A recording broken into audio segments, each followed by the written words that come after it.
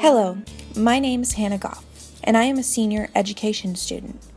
This film is the synthesis of my research about student assistantship. The type of research I have conducted is called teacher research. Teacher research can be as simple as asking, how can I be a better teacher? The goal of teacher research is to put the best possible practices into action in a classroom. And that applies to being a teaching assistant. So, what are the qualities of good teaching assistant? Some research, such as ones refuted by Jody Roffey-Barrison and Mike Watt in The Voices of Teaching Assistants, Are We Value for Money?, argues that teaching assistants might just be a way for school systems to be cheap, that teaching assistants are a way for the school system to cut down on money. However, other articles, like Teaching Assistants and Class Teachers, Differing Perceptions, Role Confusion, and the Benefits of Skill-Based Training by Rosemary Butt and Kay Lowe, argue that they aid the classroom immensely, aiding the teacher and the students in significant ways. So, considering my experiences, I wanted to investigate more about the benefits of teaching assistants, for both an inspiring teacher and for students in the classroom. Education 325 is a part of a project called the Hear a Story, Tell a Story, Teach a Story project. In it, Agnes Scott students work with students from the Global Village project to make a short film. I took this class in the spring of 2015. For my 410, I decided to work as a teaching assistant for this class, as well as pursue my own research that would be comprised in a final project. Since the goal of the Hear a Story, Tell a Story, Teach a Story project was a short film created by the girls from the Global Village project, it seemed productive to make my research into a film as well. The questions I asked myself to fuel my research were, as an education student, what is useful about being a teaching assistant? What is different about the situation with Education 325? And how has this experience helped me to be a better teacher?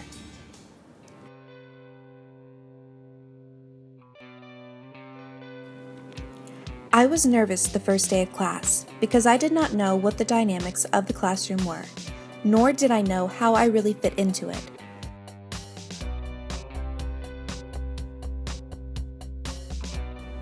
So, the first day we all spent the day playing ice-breaking games and getting to know each other. These games were simple, but it is really important that we all begin to feel comfortable around each other, because trust is necessary to be able to learn in this environment.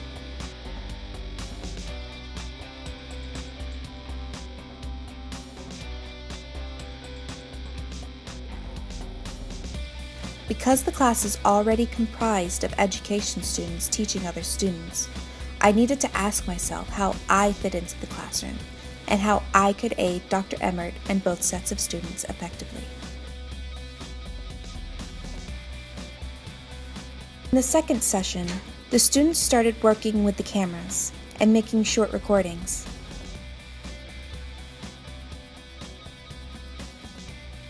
I was still trying to figure out where I fit in the dynamic.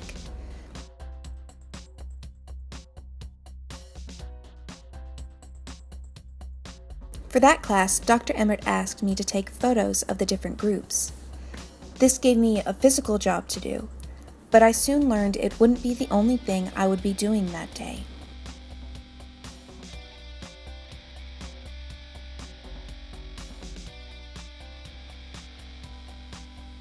As I walked around and took pictures, I was asked different questions that between my experience in the project and knowledge of the process, I could answer adequately when Dr. Emmert wasn't present.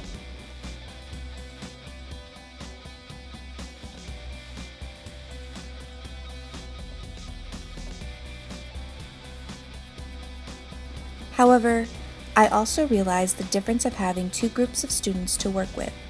I helped out both groups in different ways, but still helped out both groups. I wondered if I would be more of a resource for one group than the other as the project played out. Before the third session, Dr. Emmert told me that he would not be in town for class.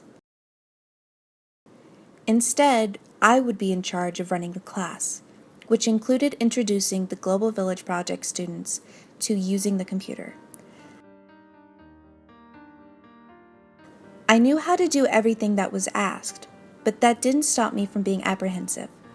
The project is very time sensitive, and I was worried any little mistake could throw off the entire process.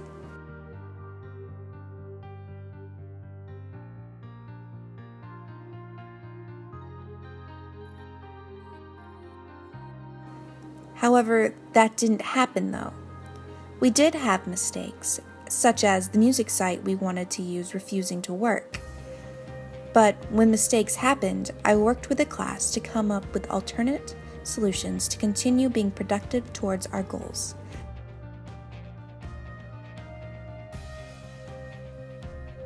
Flexibility was key to turning my first solo experience into a good experience for both me and the students.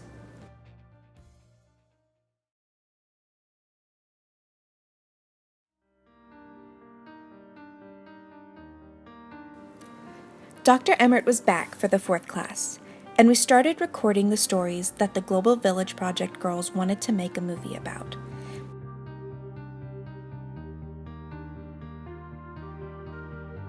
This was a very busy day for all parties. We had some major technical difficulties on one of the cameras we were using to record the stories. I ended up running around looking for batteries, only to find out that when we changed the batteries, it did nothing. It was eye-opening on how this experience made me really think on my feet. In the end, I had to get a little creative and recorded the GVP student story on my phone and then sent it to the Agnes Scott students.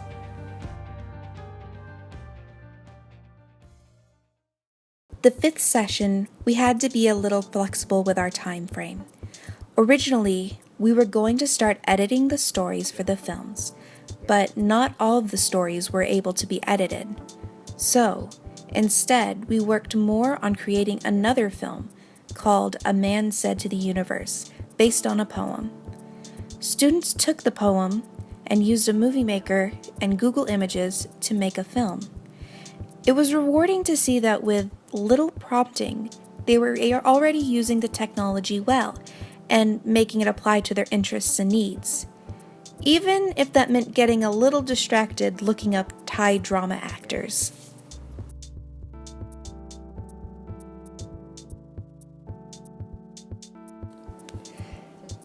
The 6th day was the busiest day yet. With so many things to do and such a short time remaining, I wasn't even able to take any photos with the Global Village Project students. However, this was also a big day for the students of Agnes Scott. Spark presentation application would be due the next week, and it was time for them to think about what they want to talk about.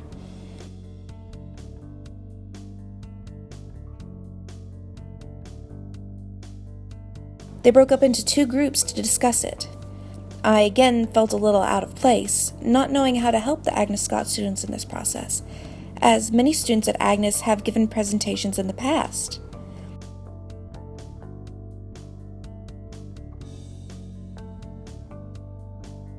In the end, I found it useful to give suggestions on different directions they could take their project based on things discussed in class.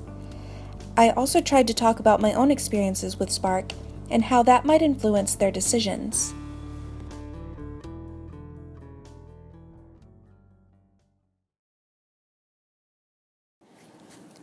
As far as research is concerned, you can't really know what's going to happen when. However, on the 7th day, I ended up getting ill and had to miss the class completely.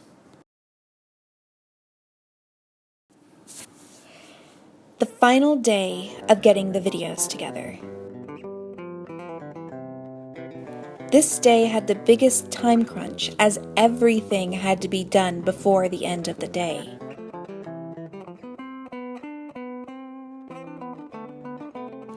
The session before, there had been issues with microphones not working, and Dr. Emmert asked me to figure out what the problem with the technology was.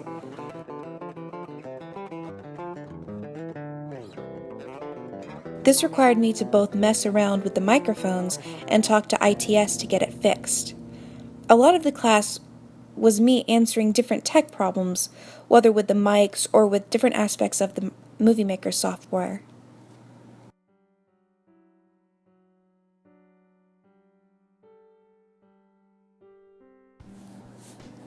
On the day of the film premiere, all of the students at the Global Village Project came to see their schoolmates' films.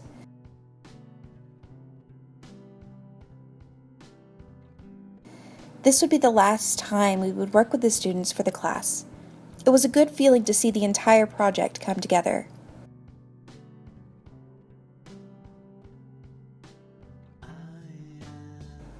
We got to see a few students from the year before and some of the students who would take part in the project next year.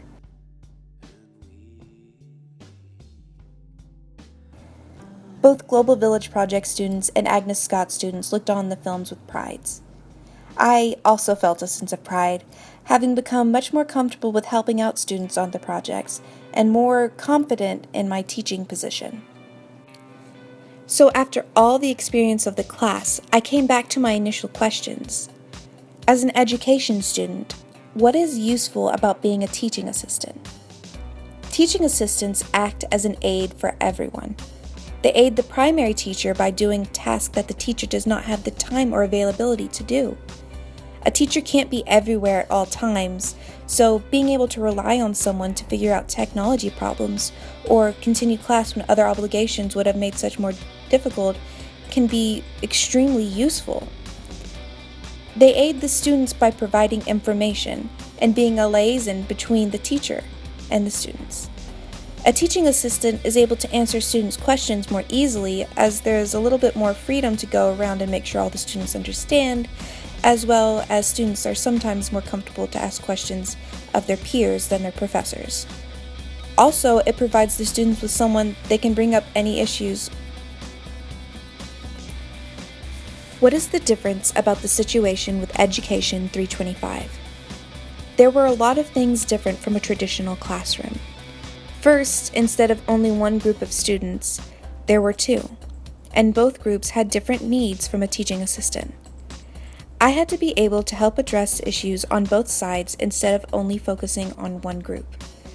The Global Village Project students would ask me about technical things, such as how to use the computer, whereas the Agnes Scott students were more likely to ask me about the structure of the class, things like the timeline of the project, or what were the day's objectives. There's also the fact that I have taken Education 325 before. I have been in the same situations as the students in the classroom.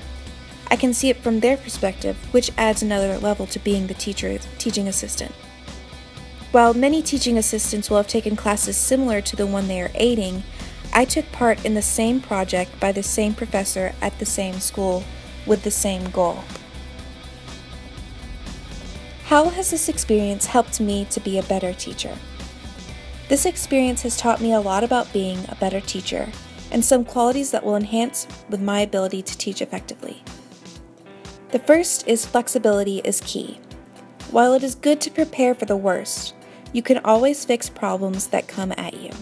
Nothing is so catastrophic that it can't be fixed, even in a project that is so time-sensitive. The second is trust is key. Many of the Global Village Project students were very shy about the process until they began to trust that we were not going to judge them and that they could fail without being embarrassed. Also, the Agnes Scott students would not have listened to any of my advice and comments if they did not at first trust that I had at least a little bit of an idea what I was talking about. The third is don't make assumptions. You can't assume that anyone knows anything. This isn't thinking that the person you are teaching is unintelligent, but understanding that things that might seem simple for you are not simple to other people. This was very obvious with the students from the Global Village Project. However, it was the same with Agnes Scott students. They had never done this project. Some had never used different aspects of the project, such as Be Funky or Movie Maker,